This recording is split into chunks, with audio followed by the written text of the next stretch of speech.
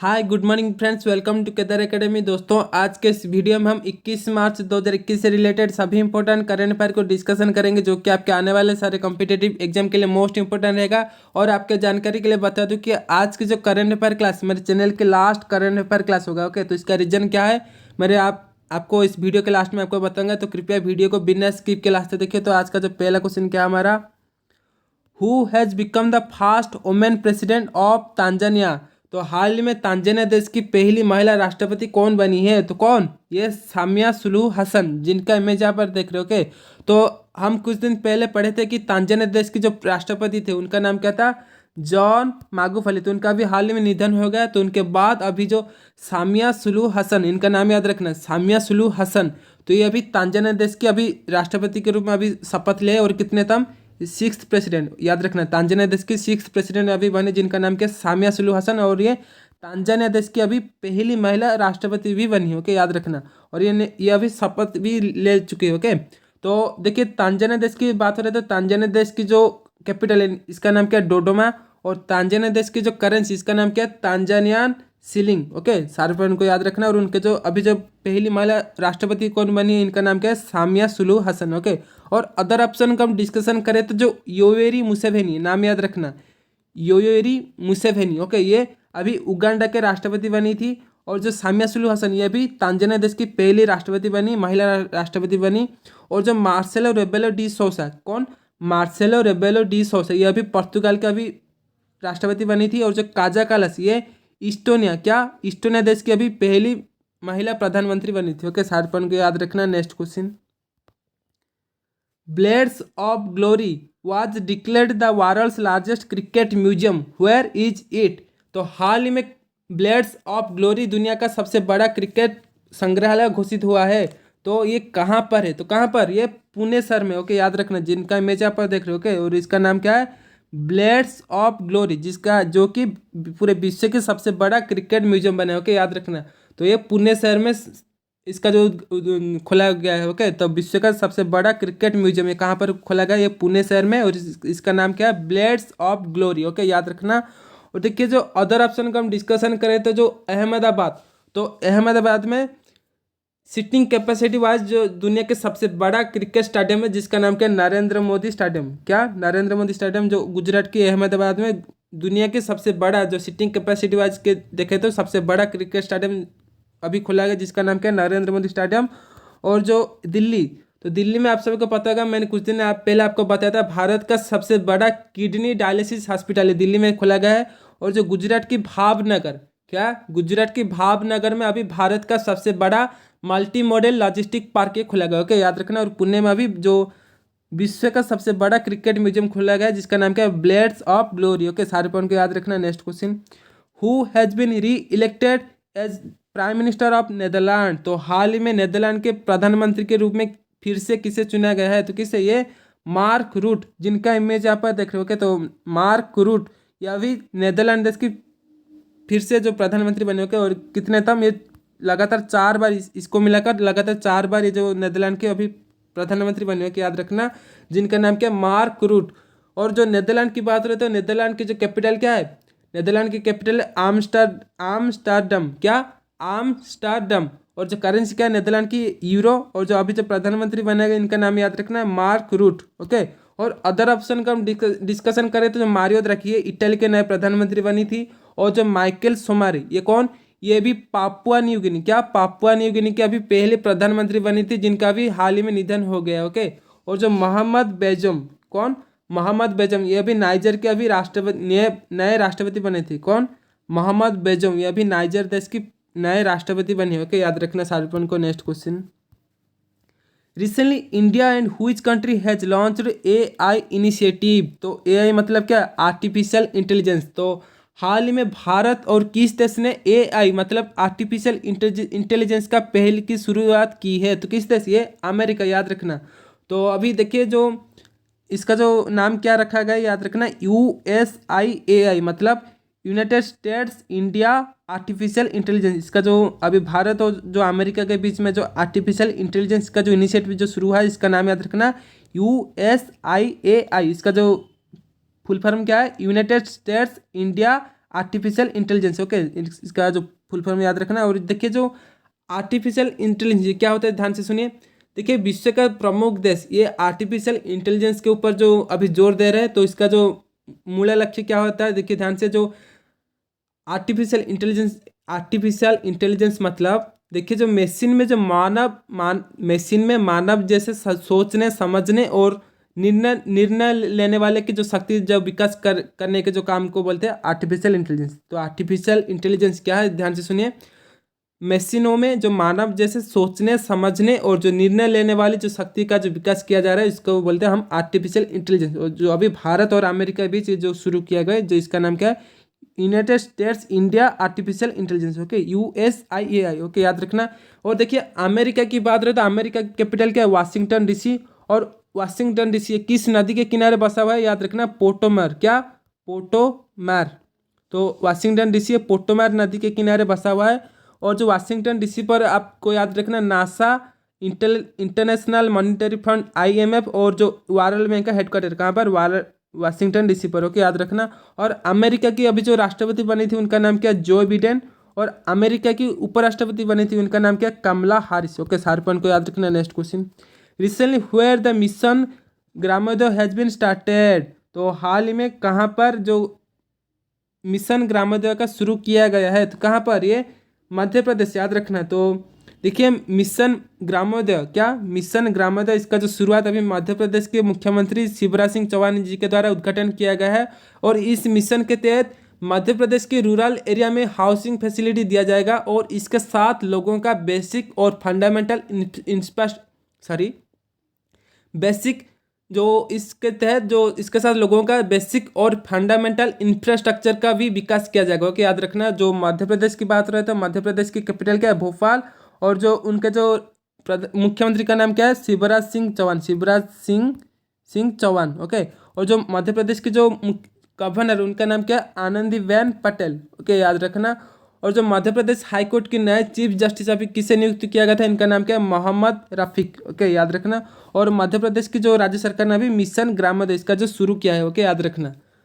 और मध्य प्रदेश की कुछ इंपॉर्टेंट नेशनल पार्क उसका भी नाम याद रखना। एक है Kanha national park, Bandhavgarh national park और पेंच नेशनल पार्क। ओके, सारे पॉइंट को याद रखना। Next question, according to Hurun India wealth report of 2020 who become the most millionaire state of India. तो 2020 के हुरून इंडिया वेल्थ रिपोर्ट के अनुसार भारत का सबसे ज्यादा करोड़पति वाला राज्य कौन बना है, कौन, ये महाराष्ट्र। याद रखना। तो महाराष्ट्र भी जो Hurun India wealth report of 2020 के हिसाब से जो महाराष्ट्र के राज्य में सबसे ज़्यादा जो करोड़पति रहते हैं, ओके, याद रखना। तो महाराष्ट्र फर्स्ट पोजीशन पर है। महाराष्ट्र फर्स्ट पोजीशन पर है। जो उत्तर प्रदेश जो सेकंड पोजीशन पर है, जिसमें सबसे ज़्यादा जो मिलियन करोड़पति रहते हैं, जो ये सेकंड पोजीशन पर है उत्तर प्रदेश। थर्ड पोजीशन पर है तमिलनाडु। और जो चौथे स्थान पर है कर्नाटक। ओके, याद रखना सारे पॉइंट को। और महाराष्ट्र की बात रहे तो महाराष्ट्र की जो कैपिटल क्या है, मुंबई। और महाराष्ट्र की जो मुख्यमंत्री का नाम क्या है, उद्धव सिंह ठाकरे। ओके, और जो उद्धव सिंह ठाकरे और जो महाराष्ट्र के जो गवर्नर उनका नाम क्या है, भगत सिंह कोश्यारी। क्या, भगत सिंह कोश्यारी, जो कि गोवा के भी एडिशनल गवर्नर चार्ज संभाल रहे। ओके, याद रखना। Next question, who became the youngest person in the world to climb Kilimanjaro, the highest mountain in Africa। तो अफ्रीका की सबसे उच्च पर्वत किलिमंजारो पर चढ़ने वाला विश्व का सबसे युवा व्यक्ति कौन बने हैं, कौन, ये विराट चंद्र, जिनके इमेज आप देख रहे हो। तो विराट चंद्र जो कि इनका उम्र कितने, 7 साल। याद रखें। तो ये सबसे youngest person in the world to climb Kilimanjaro. तो किलिमंजारो पर्वत को चढ़ने वाला जो सबसे दुनिया की सबसे कम उम्र वाला बने, जिनका नाम क्या है, विराट चंद्र है, जिनका उम्र कितने, 7 साल है। ओके, तो देखिए विराट चंद्र जो कि 7 साल की जो उम्र है, ये हैदराबाद से बिलोंग करते। कहाँ पर, हैदराबाद से बिलोंग करते, जो कि अभी जो किलिमंजारो पर्वतमाला को अभी चढ़ने वाली सबसे कम उम्र वाली व्यक्ति बने। ओके, याद रखना। तो देखिए जो किलिमंजारो पर्वत, इसका जो हाइट कितना है, ये 19,341 फीट, जो कि अफ्रीका की सबसे बड़ा माउंटेन है। इसका नाम याद रखना, क्या, किलिमंजारो, जिसका जो हाइट कितना है, 19,341 feet.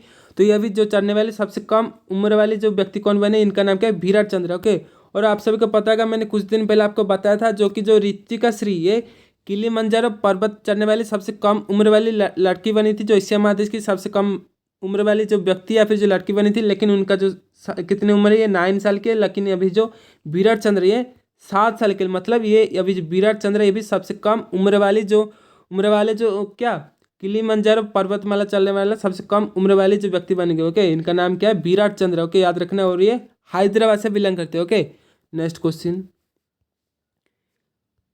Recently who awarded by चमेली देवी अवार्ड 2020। तो हाल ही में चमेली देवी पुरस्कार 2020 के किसे सम्मानित किया गया है? तो किसे? ये नीतू सिंह, जिनका इमेज यहाँ पर देख रहे हो। ओके, तो चमेली देवी अवार्ड ये जो 2020 का ये नीतू सिंह को दिया गया है। ओके, तो याद रखना है जो चमेली देवी अवार्ड ये क्यों दिया जाता है, ध्यान से सुनिए। जो चमेली देवी अवार्ड ये भारतीय पत्रकारिता यानी कि जर्नलिस्ट को दिया जाता है हर साल। और देखिए जो द मीडिया फाउंडेशन ने अभी 2020 वर्ष के लिए अभी जो गांव कनेक्शन की जो वरिष्ठ संवाददाता है, जिनका नाम क्या है, नीतू सिंह को अभी 2020 के लिए चमेली देवी अवार्ड 2020 से सम्मानित किया। ओके, याद रखना।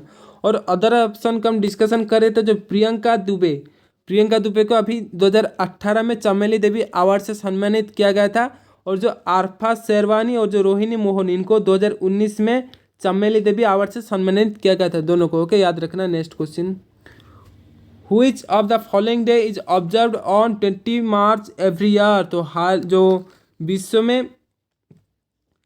में कौन सा दिवस प्रत्येक वर्ष 20 मार्च को मनाया जाता है? तो 20 मार्च को कौन सा दिवस मनाया जाता है? ये ऑल ऑफ दिस, याद रखना। तो 20 मार्च वेरी वेरी इंपॉर्टेंट। इस साल जो 20 मार्च हम इतने सारे इंपॉर्टेंट डे मनाते, क्या? एक world sparrow day, international day of happiness, world oral health day और United Nation French language day. तो ये सारे दिवस ये हम 20 मार्च को मनाते हैं। ओके, याद रखना। तो इसके जो थीम क्या है, याद रखना। थीम भी कभी कभी एग्जाम में पूछा जाता है, थीम भी याद रखिए। देखिए जो वर्ल्ड स्पैरो डे मतलब जो विश्व घरचटिया दिवस जिसे उड़िया में बोलते हैं। ओके, तो वर्ल्ड स्पैरो डे ये जो 2021 का थीम क्या है, आई लव स्पैरो, याद रखना। इसका थीम क्या है, आई लव स्पैरो।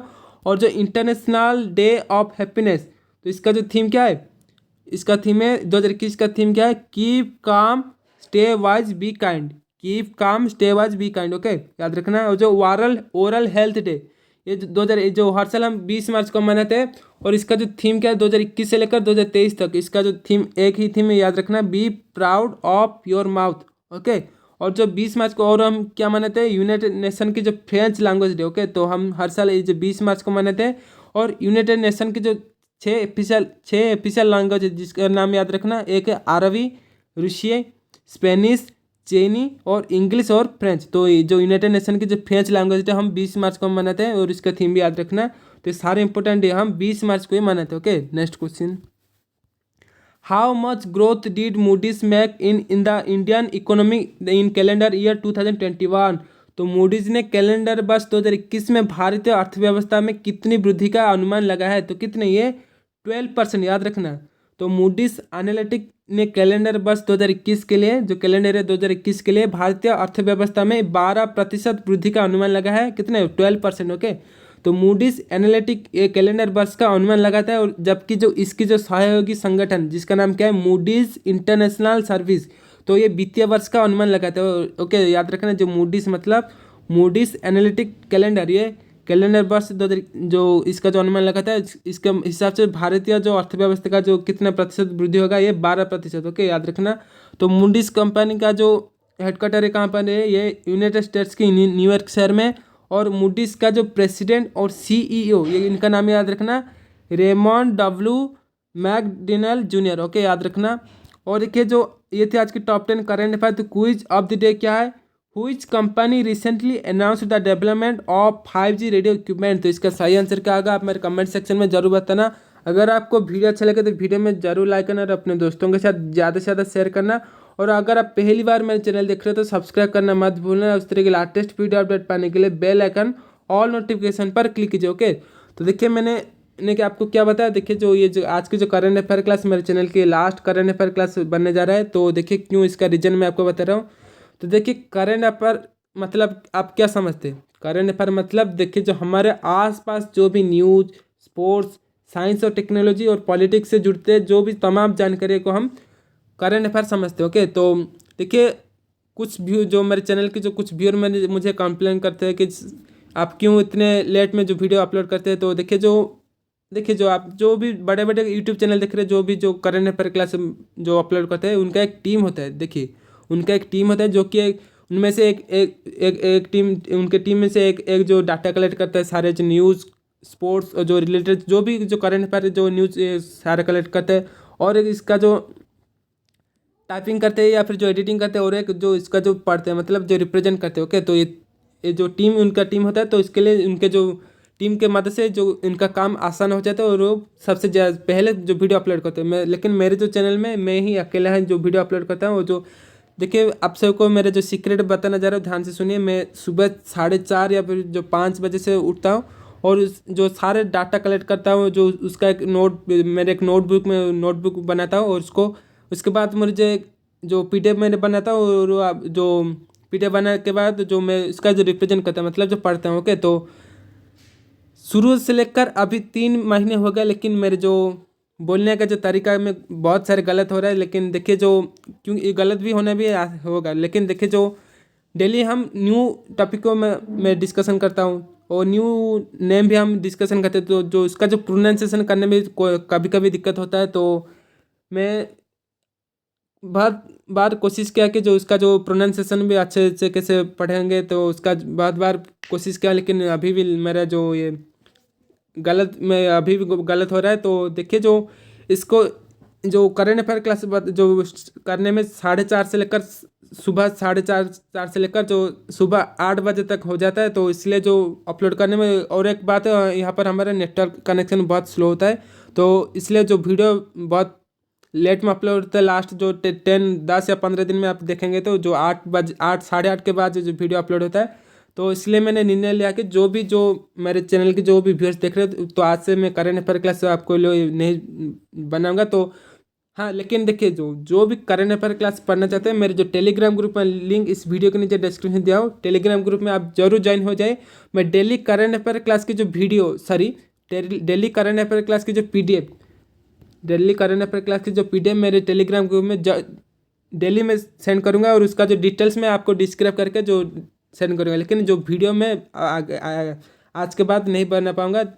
और देखिए जो करंट अफेयर क्लास वीडियो बनाने बंद करने के जो एक रीज़न है, देखिए जो बहुत सारे जो मेरे कमेंट जो कॉन्टैक्ट्स बोल रहे हैं कि आप केवल ही करंट अफेयर क्लास अपलोड करते हैं, जो इंपॉर्टेंट GK रीजनिंग ये कब अपलोड करेंगे। तो इसलिए मैंने कुछ दिन आपके लिए टाइम लेता हूँ, तो मुझे कुछ दिन टाइम दीजिए। उसके बाद मैं जो रीजनिंग ट्रिक और इम्पोर्टेंट GK साइंस और जो पॉलिटी हिस्ट्री में उसके बारे में एक वीडियो जो नोट बना रहा हूँ, और आगे आगे आपके लिए एवरी वीक में मिनिमम 1 या 2 वीडियो जरूर लाऊंगा। तो करंट अफेयर क्लास जो भी पढ़ना चाहते हैं, मेरे टेलीग्राम ग्रुप में मैं डेली जो इसका PDF सेंड करूँगा, आप जाकर जरूर पढ़ना। लेकिन जो आज के बाद वीडियो नहीं अपलोड कर पाऊंगा, जो करंट अफेयर के बदले जो भी जो इम्पोर्टेंट GK रीजनिंग मैथ या फिर हिस्ट्री पॉलिटिक्स, उसका जो वीडियो मैं आगे आपको बनाऊंगा, जो कि आपके आने वाले सभी कॉम्पिटिटिव एग्जाम के लिए जरूर इम्पोर्टेंट होगा। तो मुझे कृपया कुछ टाइम दीजिए, तो इसके बीच में जो सारे नोट बना रहा हूँ, और आगे आपके लिए जो रिप्रेजेंट करूँगा। ओके, तो जो भी करंट अफेयर क्लास जो पढ़ना चाहते हैं, कृपया हमारे टेलीग्राम ग्रुप में जो नीचे डिस्क्रिप्शन उसका लिंक दिया हूँ, जाके जरूर ज्वाइन होना। और उस टेलीग्राम के ग्रुप में जो PDF मैं आपको सेंड करूँगा, पूरी डिटेल्स के साथ आप मैं डिस्क्राइब करके आपको लिख के आपको सेंड कर दूँगा। ओके, तो ध्यान से पढ़ना। तो मिलते हैं अगले वीडियो में, रहते हैं। जय हिंद।